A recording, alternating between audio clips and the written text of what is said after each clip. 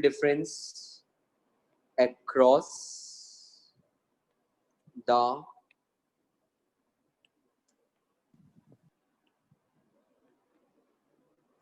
find the potential difference across the two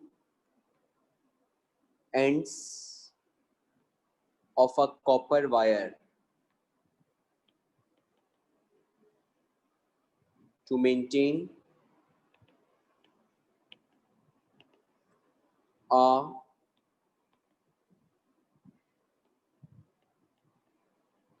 steady current of 2 ampere. The length of the wire is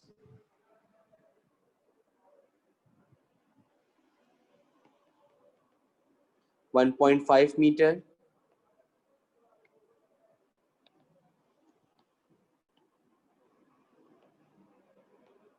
and radius of cross section is 0.25 centimeter.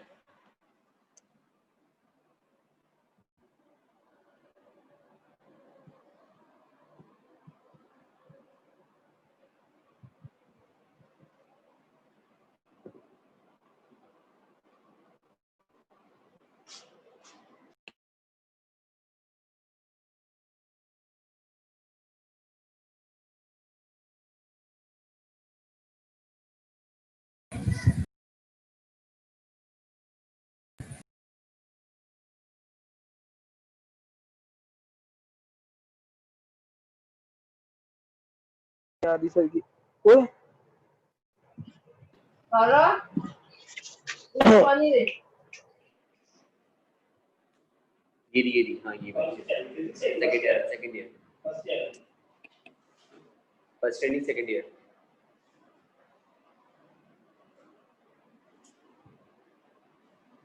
उसको खोल के देखो उसमें तो नहीं है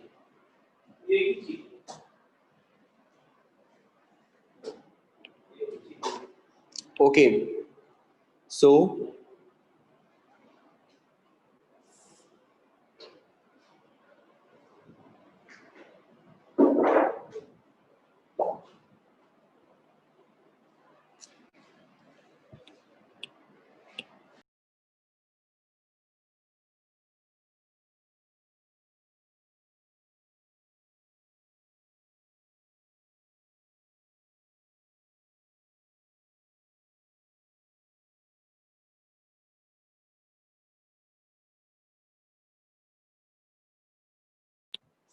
take rho is equal to 1.6 exponent minus 8 ohm meters.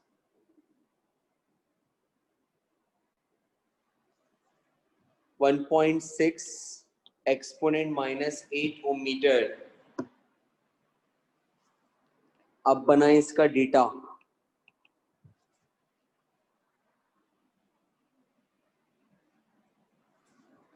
आपसे बोल रहे हैं यहाँ पे find the potential difference across the two ends of a copper wire.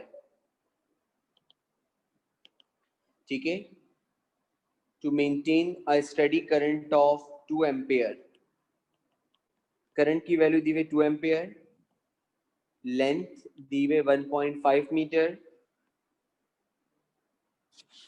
इसके साथ आपको यहाँ पे रेडियस दिया हुआ है r और उसकी वैल्यू है 0.25 सेंटीमीटर।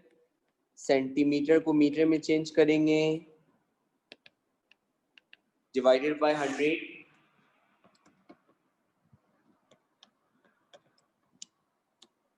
तो वैल्यू बनी 2.5 एक्सपोनेंट माइनस 3 मीटर। या आपको मिली रेडियस की वैल्यू और इसके साथ रेजिस्टिविटी दी हुई 1.6 एक्सपोनेंट माइनस 8 ओम मीटर्स। और रिक्वायरमेंट में आपको चाहिए पोटेंशियल डिफरेंस, यानी कि आपके पास क्या चाहिए V। अब आपको अंदाजा है अच्छे तरीके से कि पोटेंशियल डिफरेंस V बराबर होता है V is equal to IR। Current तो आपको दिया हुआ है 2, लेकिन R नहीं दिया हुआ, तो सबसे पहले हम R निकालेंगे। R निकालने के लिए फॉर्मूला लगेगा R is equal to rho L upon A. R निकालने के लिए फॉर्मूला लगेगा R is equal to rho L upon A. Formula apply करें, R is equal to rho L upon A, तो R is equal to 1.6 exponent minus 8, length की value है 1.5 और area बराबर होता है पाई आर स्क्वायर के, तो 1.6 एक्सपोनेंट माइनस 8 इंटू 1.5 3.142 और रेडियस है 2.5 एक्सपोनेंट माइनस 3 का होल स्क्वायर। यहां से आपको मिल जाएगी R की वैल्यू।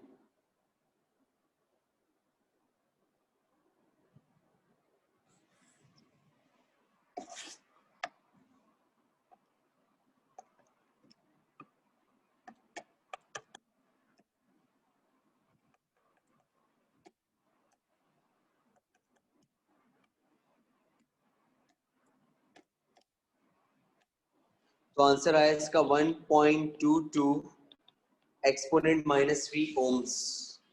ये आपको मिली यहाँ पे R की वैल्यू। अब R की वैल्यू मिल गई है, पोटेंशियल डिफरेंस बआसानी निकलेगा। V बराबर होता है IR के, तो करंट की वैल्यू हमें दी हुई थी इन्होंने 2 मल्टीप्लाई बाय 1.22 एक्सपोनेंट माइनस 3, तो वैल्यू बन गई इसकी 2.44 एक्सपोनेंट माइनस 3 वोल्ट्स। ये आपको मिला इसका पोटेंशियल डिफरेंस, और इसका पोटेंशियल डिफरेंस हमारे पास बराबर आया 2.44 एक्सपोनेंट माइनस 3 वोल्ट्स के।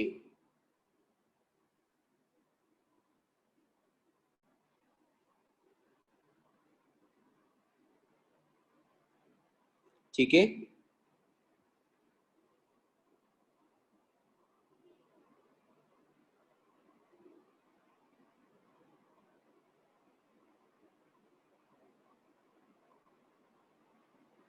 अब लिखिए क्वेश्चन एक और। The resistance of a tungsten wire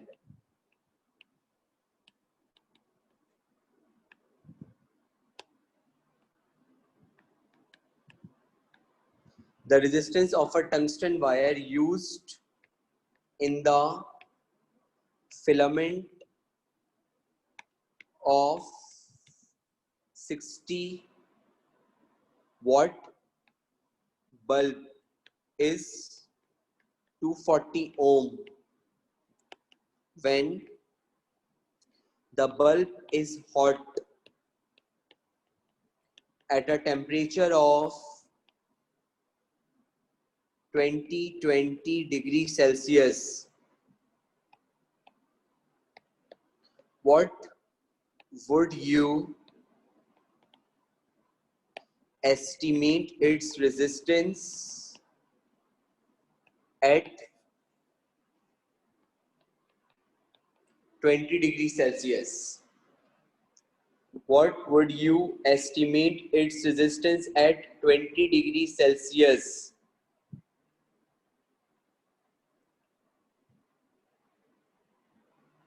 What would you estimate its resistance at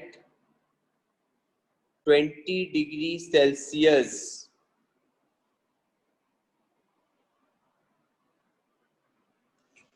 question जरा गौर से पढ़ें, क्वेश्चन में लिखा हुआ क्या है।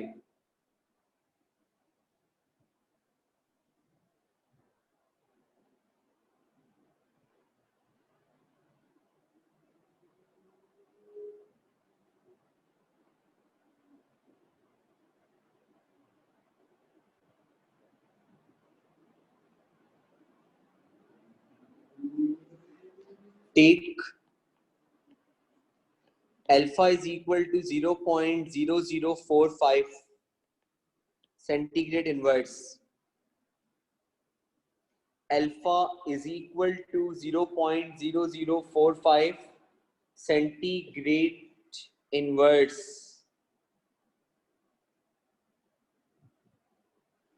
ठीक है, आप जरा गौर से देखें। लिसन एवरीवन, क्या बोल रहे हैं?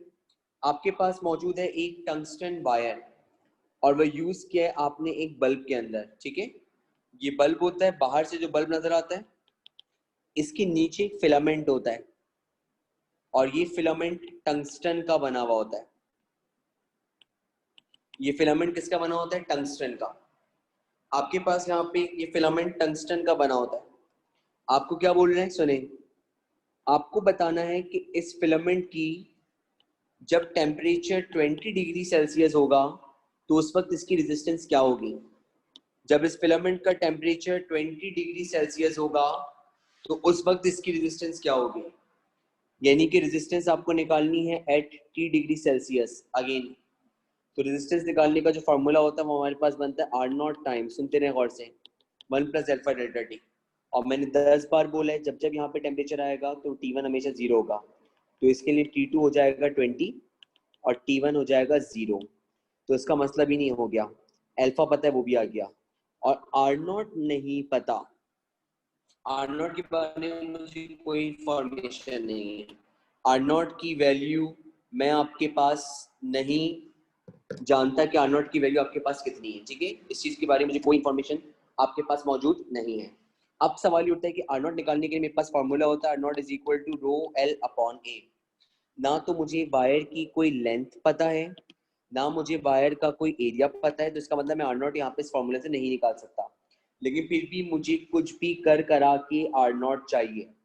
फिर भी मैंने बोला मुझे कुछ ना कुछ कर करा के आर नॉट चाहिए, क्योंकि जब तक मेरे पास आर नॉट नहीं आएगी मैं आपके पास 20 डिग्री सेल्सियस के ऊपर मालूम नहीं कर सकता। क्या मालूम नहीं कर सकता? आपके पास इसकी रेजिस्टेंस क्या होगी। तो आपके पास एक और चीज मौजूद है, चेक करें क्या बोल रहे हैं। The resistance of a tungsten wire used in the filament of 60 what bulb. ये पावर दी है और ये पावर का कोई इस्तेमाल नहीं है, नो यूज। पावर आपको ऐसे ही दी है, पावर आपको सिर्फ ऐसी दी है, कोई यूज, आपको कोई इस्तेमाल नहीं। अब मैं शुरू से पढ़ रहा हूँ क्वेश्चन, दोबारा देखें क्या लिखा हुआ है। The resistance of a tungsten wire used in the filament of bulb is 240 ohm. Tungsten wire की रेजिस्टेंस 240 ओम है। कब कब है? When the bulb is hot at a temperature of 2020। यानी कि जब इसका टेम्परेचर 20 डिग्री सेल्सियस है उस वक्त इसकी रेजिस्टेंस कितनी है? 240 ओम। तो 240 ohm is the resistance at 20 degree Celsius. इसके लिए फॉर्मूला बनाएं तो आर टी बराबर होगा R naught times 1 plus alpha delta T. आपको पता है कि 2020 पे कितनी रेजिस्टेंस है? 240। यहाँ पे आ जाएगा 240, R naught as it is 1 plus alpha, alpha आपको पता है, और डेल्टा टी, डेल्टा टी बनेगा T2 माइनस T1। T1 कितना लेंगे? 0 और T2 कितना लेंगे? 2020। तो पहले आप इस इंफॉर्मेशन को लगा के क्या मालूम करेंगे? R naught. और जब आपको आर नॉट मिल जाएगा उसके बाद फिर आप मालूम करेंगे R20 यानी कि 20 डिग्री सेल्सियस। तो जो ये आपको स्टार्टिंग में इंफॉर्मेशन दी हुई ना शुरू की 4 लाइन में, ये इसलिए दी हुई ताकि इसकी मदद से आप मालूम कर सके। ये जो स्टार्टिंग में 4 लाइन में आपको इंफॉर्मेशन दी हुई इसलिए दी हुई ताकि इसकी मदद से आप मालूम कर सकें आर नॉट। 20 डिग्री सेल्सियस के ऊपर 20 डिग्री सेल्सियस के ऊपर आपको 240 ओम की रेजिस्टेंस पता है, तो दिस इज आर टी। तो इस आर टी से पहले आप क्या निकालेंगे? R naught. आर नॉट तो सेम ही रहेगी ना क्योंकि वो 0 डिग्री सेल्सियस पे होती है। जब आपको आर नॉट पता चल जाएगा तो फिर आप आर टी की वैल्यू को मालूम करेंगे। जब 2020 के लिए फॉर्मूला यूज होगा तो डेल्टा टी बनेगा 2020 माइनस 0। जब 20 के लिए फॉर्मूला यूज होगा तो बनेगा 20 माइनस 0। कुछ भी हो जाए T1 की वैल्यू हमेशा 0 रहेगी। अब मैं इसको करवाना स्टार्ट करता हूँ। सबसे पहले हम यहाँ पे बनाएंगे data. Examination point of view से ये न्यूमेरिकल बहुत इंपॉर्टेंट है, ऑल्टरनेट ईयर्स में अक्सर आता है। तो मैंने यहाँ पे आपके पास बनाया इसका डेटा। सबसे पहले क्या बोल रहे हैं देखते हैं। The resistance of a tungsten wire used in the filament of 60 watt bulb is 240 ohm when the bulb is hot at a temperature of 20 degree Celsius. तो ये आपको दी हुई आर टी जिसका मतलब है R2020 और ये आपको दी हुई 240 ओम। ठीक है। उसके बाद आपसे क्या बोल रहे हैं कि what would you estimate its resistance at 20 degree Celsius. Alpha की वैल्यू दी हुई आपको, नोट करें 0.0045 सेंटीग्रेड इनवर्स। और आप बस मैं ये चीजें लिख रहा हूँ रिक्वायरमेंट में। और रिक्वायरमेंट आपको दी हुई पावर आपको दी हुई 60 वॉट, लेकिन पावर का कोई इस्तेमाल नहीं है, तो मैंने यहाँ पे लिख दिया नो यूज। मुझे पावर का कोई इस्तेमाल नहीं है, तो मैंने यहाँ पे नो यूज लिख दिया। अब रिक्वायरमेंट में चलते हैं। रिक्वायरमेंट में भी आपको आरटी चाहिए, लेकिन आपको जो आरटी चाहिए वो आपको चाहिए आरटी एट 20 डिग्री सेल्सियस, तो मैंने यहाँ लिख दिया 20 डिग्री सेल्सियस। अब मैंने यहाँ पे किया सॉल्यूशन, सुनने गौर से। जब मैंने सॉल्यूशन किया तो पहले मैंने लिखा first we find R naught. सबसे पहले हम आर नॉट मालूम करेंगे, तो फॉर्मूला होगा हमारे पास R T is equal to R naught 1 plus alpha delta T. अब यहाँ पे जो आप आर टी लेंगे वो कौन सा लेंगे, R2020 जो 240 होगा। सिर्फ टेम्परेचर का मसला है, टेम्परेचर T1 होगा 0 और T2 होगा 2020, क्योंकि आप 2020 से यहाँ पर मालूम करने जा रहे हैं क्या आर नॉट, क्योंकि ये जो रेजिस्टेंस है ये 2020 पर है, तो T2 2020 होगा और T1 0 होगा, तो मेरे पास T2 की जगह पे आ गया 2020। अब डेल्टा T निकालने which is T2 minus T1, तो 2020 माइनस 0, तो आंसर आया 2020 डिग्री सेल्सियस। ये आपके पास आ गया डेल्टा T। अब फॉर्मूला अप्लाई कर दें, फॉर्मूले में वैल्यूज पुट कर दें। अब जब मैंने फॉर्मूले में वैल्यू पुट करी तो जहाँ पे आर टी था वहाँ पर आ जाएगा R2020, फिर ये बन जाएगा R naught times 1 plus alpha delta T. अब ये बन जाएगा 240, R naught as it is आ गया 1 प्लस एल्फा 0.0045 और डेल्टा टी बन गया 2020। तो मेरे पास यहाँ पे इस पूरे फैक्टर को मुझे सॉल्व करना है, तो मैंने किया 1 plus bracket 0.0045 multiply bye 2020।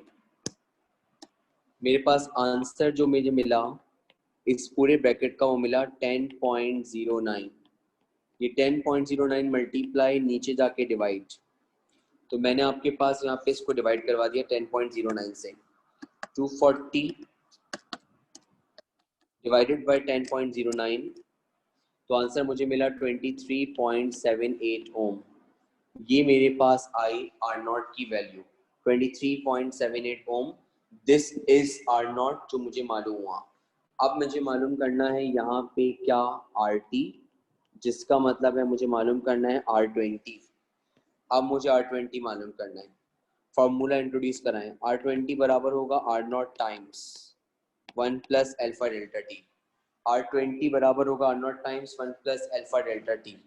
Delta T clear करने एग्जामिनर को नहीं पता, T1 का मतलब 0, T2 अब क्या लेंगे 20, क्योंकि आपको 20 में मालूम करनी है, तो अब T2 20, delta T T2 minus T1, तो 20 माइनस 0, तो डेल्टा टी आया 20 डिग्री सेल्सियस। अब इसके अंदर वैल्यूज पुट कीजिए। जब इसके अंदर वैल्यू पुट करी तो R20 बराबर आया R naught times, R naught की वैल्यू कितनी है 23.78 मल्टीप्लाई बाय अल्फा, अल्फा की वैल्यू कितनी है 0.0045 मल्टीप्लाई बाय डेल्टा टी, और डेल्टा टी की वैल्यू कितनी है 20, तो यहाँ पर आ गया R20, तो 20 मल्टीप्लाई बाय 0.0045, इसके अंदर मैंने ऐड किया 1, फिर मैंने इसके साथ मल्टीप्लाई कर दिया 23.78, तो आंसर मिला मुझे 25.92 ohm. This is the resistance at 20 degree Celsius. तो ये मेरे पास 20 डिग्री सेल्सियस के ऊपर जो रेजिस्टेंस थी वो मुझे मालूम हुई। तो मुझे उम्मीद है कि आपको यहाँ पे ये बात समझ में आई होगी, और ये बात जो हमने यहाँ पे की आई होप कि आपको समझा होगा। मुझे रेजिस्टेंस एट 20 डिग्री सेल्सियस मालूम करनी थी, मुझे ये वाला फैक्टर पता था, लेकिन ये नहीं पता था जो मैंने 10 बार बोला है, जो नहीं पता होता उसको निकालने की सोर्स मौजूद होती है। मैंने 10 बार बोला है जो नहीं पता होता उसको निकालने की सोर्स मौजूद होती है, और यहाँ इसको निकालने की सोर्स मेरे पास मौजूद थी, और वो क्या थी, ये 2020। तो पहले मैंने इस 2020 से क्या निकाला आर नॉट, और फिर उस आर नॉट को मैंने यहाँ पे पुट करा, तो मुझे रेजिस्टेंस है 20 डिग्री सेल्सियस मिल गई। अब इससे आप 20 डिग्री सेल्सियस पे तो क्या, अब कोई भी टेम्परेचर दे दिया जाए इससे आप आसानी उसकी रेजिस्टेंस मालूम कर सकते हैं विदाउट एनी प्रॉब्लम कि आपके पास इसकी क्या रेजिस्टेंस एग्जिस्ट कर रही है। ठीक, ये आपके पास यहाँ पे बात हुई जो हमने इसके बारे में डिस्कशन करी। आप हेडिंग दें सीरीज कॉम्बिनेशन। सीरीज कॉम्बिनेशन में रेजिस्टेंस डायरेक्टली ऐड होती है। आर ई बराबर होता है R1 plus R2 plus R3 और पैरेलल कॉम्बिनेशन में रेजिस्टेंस रेसिप्रोकेट होती है,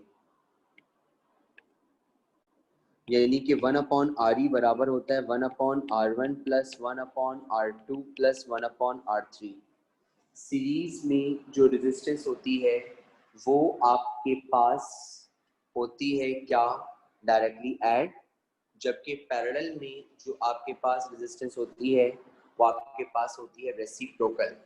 तो सीरीज में आर ई बराबर होता है R1 plus R2 plus R3, parallel में 1/RE बराबर होता है 1/R1 plus 1/R2 plus 1/R3। ठीक है, ये बात आपने ध्यान में रखनी है। अब चलते हैं हम इसके क्वेश्चन के ऊपर। लिखा हुआ है हमारे पास 3 equal resistor, 3 equal resistor each of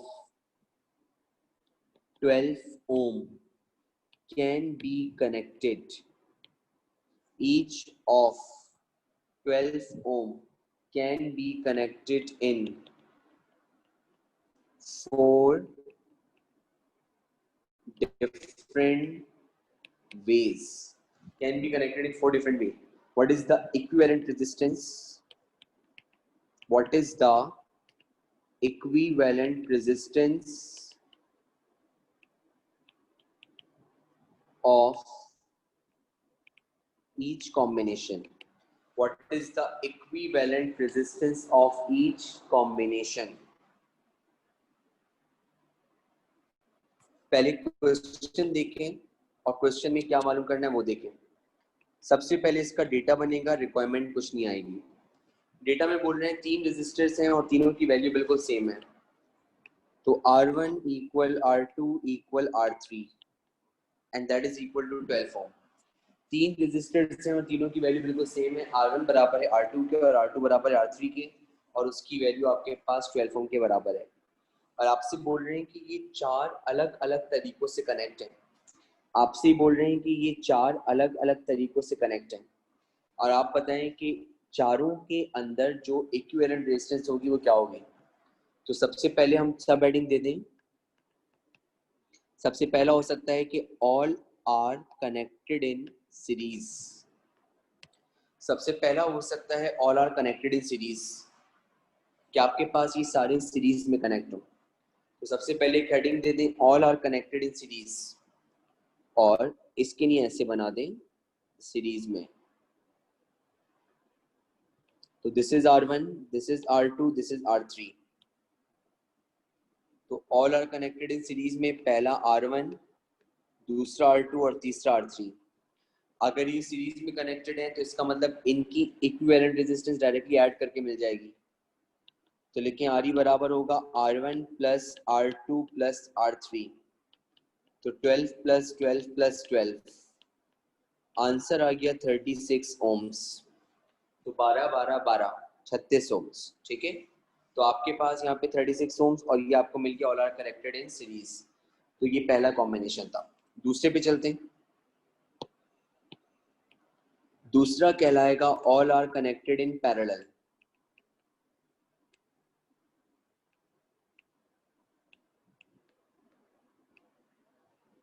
कि आपके पास ये तीनों पैरेलल में कनेक्ट हो।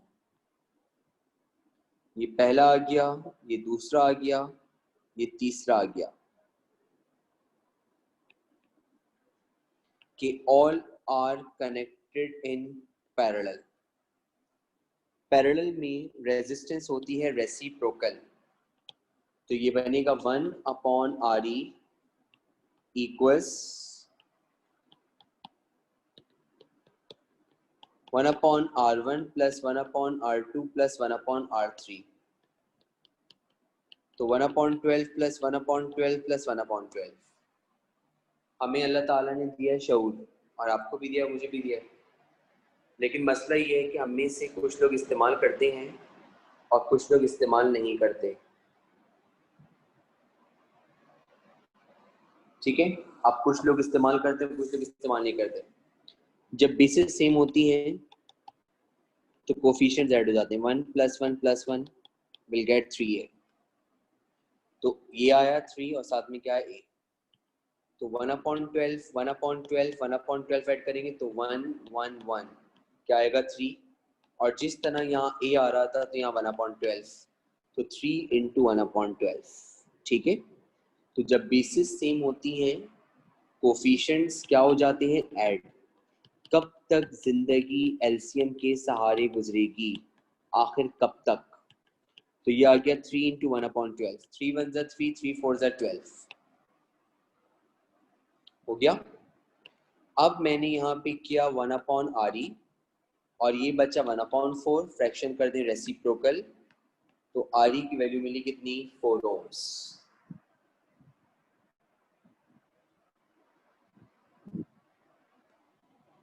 RE की वैल्यू आपके पास कितनी आई, 4 ohms, ये आपको मिली RE। अब चलते हैं तीसरा कॉम्बिनेशन क्या बन सकता है। तो तीसरा बन सकता है 2 are connected in series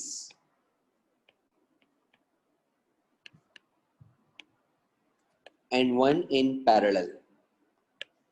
दो सीरीज में कनेक्ट हो और एक पैरेलल में। पहला था ऑल सीरीज, दूसरा था ऑल पैरेलल, तीसरा है दो सीरीज एक पैरेलल। तो मेरे पास दो सीरीज होंगे, देखें ये पहला और ये दूसरा, ये दो सीरीज आ गए।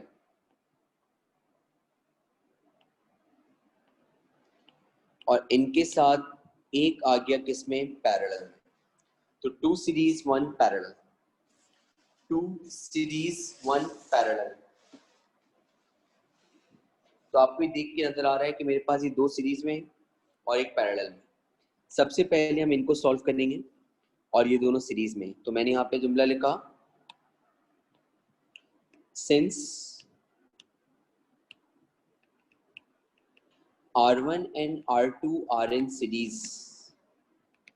और अगर ये सीरीज में तो इनका कॉम्बिनेशन बनेगा R12, और सीरीज में रेजिस्टेंस डायरेक्टली ऐड होती है, तो 12 + 12 you will get 24 Om.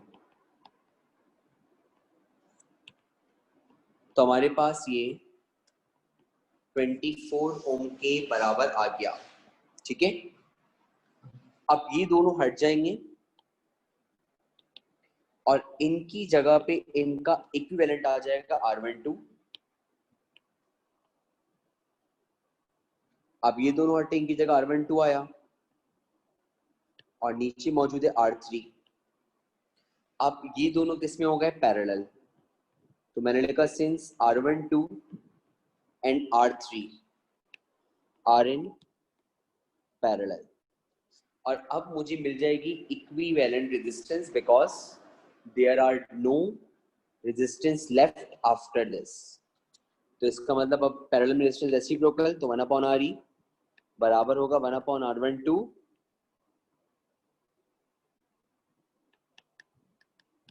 Plus 1/R3। तो R12 कितना आया, 24, और R3 कितना है, 12। 24 और 12 का एलसीएम 24 आता है। 24 और 12 का एलसीएम 12 1 = 12, 12 2 = 24, 2 1 = 2। तो 24 और 12 का एलसीएम 24 आता है। जो एलसीएम होता है हर फ्रैक्शन से मल्टीप्लाई होता है। तो 1/24 को 24 से मल्टीप्लाई किया, 1 आया। फिर 1/12 को 24 से मल्टीप्लाई किया, 2 आया। 2 + 1 क्या बना, 3। तो ये बन गया 3/24, ये क्या 1/RE। 3 1 = 3, 3 8 = 24। तो 1/RE = 1/8। फ्रैक्शन कर देंगे रेसिप्रोकल, तो RE =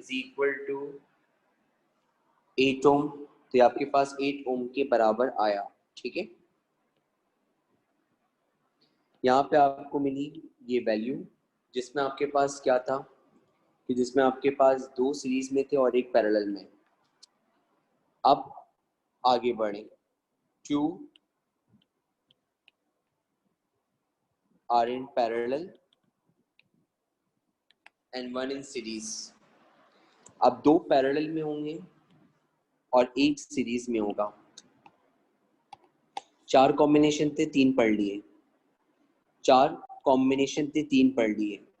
अब 2 पैरेलल में हैं और 1 सीरीज में.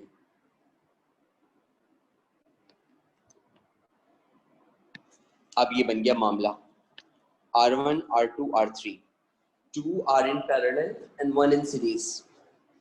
So R1, R2 are in parallel.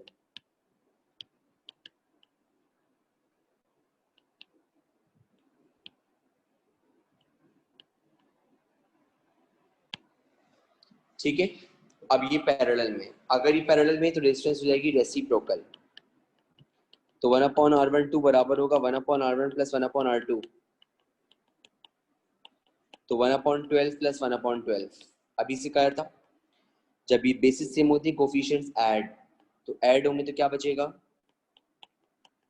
2 into 1/12. 2 1s are 2, 2 6s are 12. तो 1/R12 बराबर आया 1/6 के. फ्रैक्शन कर देंगे रेसिप्रोकल. तो जब फ्रैक्शन किया रेसिप्रोकल तो R12 बराबर आ गया 6 ओम. अब R1 और R2 दोनों हटेंगे और उनकी जगह R12 आएगा और साथ में कौन मौजूद है R3.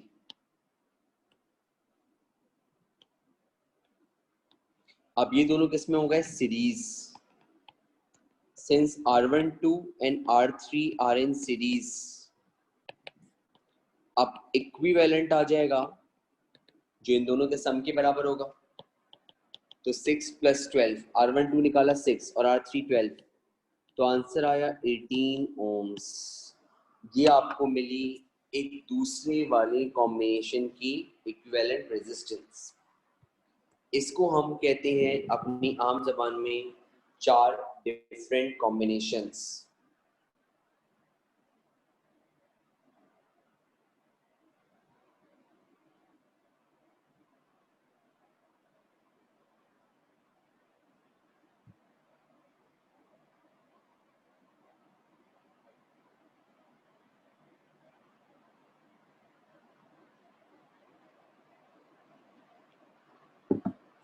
ठीक है. तो ये आपके पास आई वैल्यू जो आपके पास आई 18 ओम के. अब आपके पास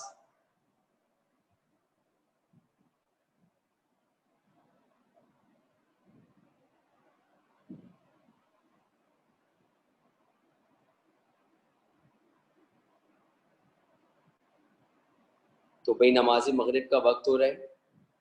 इंशाल्लाह ताला अब आपसे मुलाकात होगी. ठीक है, परसों की क्लास में स्लाइड्स में शेयर कर देता हूँ आपको. Till then take care and अल्लाह हाफिज़. नोट्स मुझे शेयर करने थे. अब नोट्स का जो क्राइटेरिया है वो ये है कि आपको जो लेक्चर मैंने पढ़ाया है उसको थॉरोली करें और मैं कोशिश करूँगा कि मैं नोट्स भी शेयर कर दूँ. But I am not having a promise about notes. मैं आपके पास इसके लिए प्रॉमिस नहीं कर रहा, लेकिन मैं कोशिश करूँगा मैं शेयर कर दूँ. वरना ये जो लेक्चर में मैंने मेन बातें बताई हैं दैट आर इनफ. जो आप लोग सारे लेक्चर भी मैं लिखवाता हूँ, सारी डेरिवेशन भी मैं करवाता हूँ, वो इनफ है. तो वहाँ से आपने जो है उस चीज़ को करना है. Chapter number 13 current electricity will be a part of your upcoming test whenever it is. Thank you.